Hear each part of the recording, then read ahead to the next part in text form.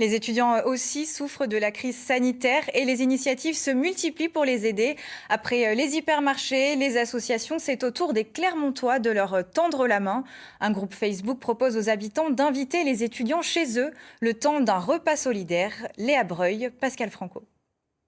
Salut. Alors Alexis, Célina, Clara, allez-y rentrez, je vous en prie. Ils ne se connaissent pas, ou peu, et pourtant, ils vont partager un repas. Hop là, donc les verres d'eau. Voilà, il me reste un tout petit peu de temps à finir de préparer avant qu'on commence. Et ce déjeuner, c'était l'idée de cet hôte de 41 ans. Ça fait 3 heures qu'il cuisine un menu sur mesure. Là en fait ils sont arrivés, donc du coup il faut que je finisse les entrées. Là c'est des rouleaux de printemps.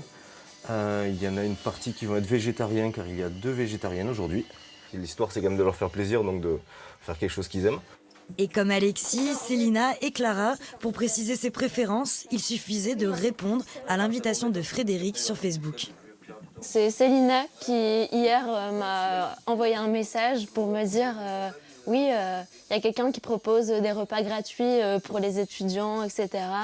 Et je me suis dit, bah ouais, je vais y aller parce que moi, je suis toute seule chez moi en tant qu'étudiante toute la journée. C'est-à-dire que quand on est en distanciel... Du coup, ce qu'on est en train de manger, est-ce que les étudiants peuvent le faire aussi simplement ou est-ce que c'est cher ?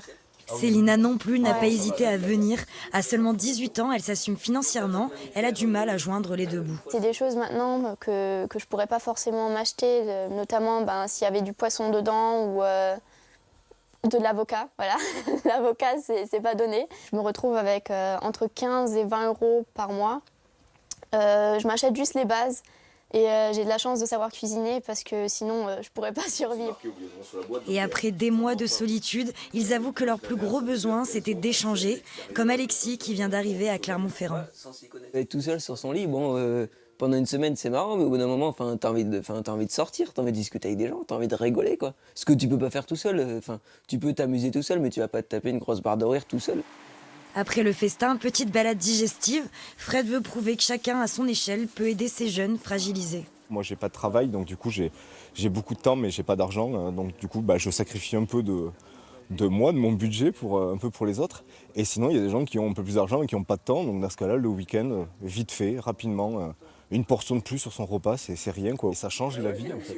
Plusieurs autres ont d'ailleurs déjà rejoint son groupe Facebook et proposent des paniers à emporter, une belle leçon de solidarité que l'organisateur espère inscrire dans la durée. Et si vous escaladiez les 7 plus hauts sommets du monde tout en restant dans vos escaliers?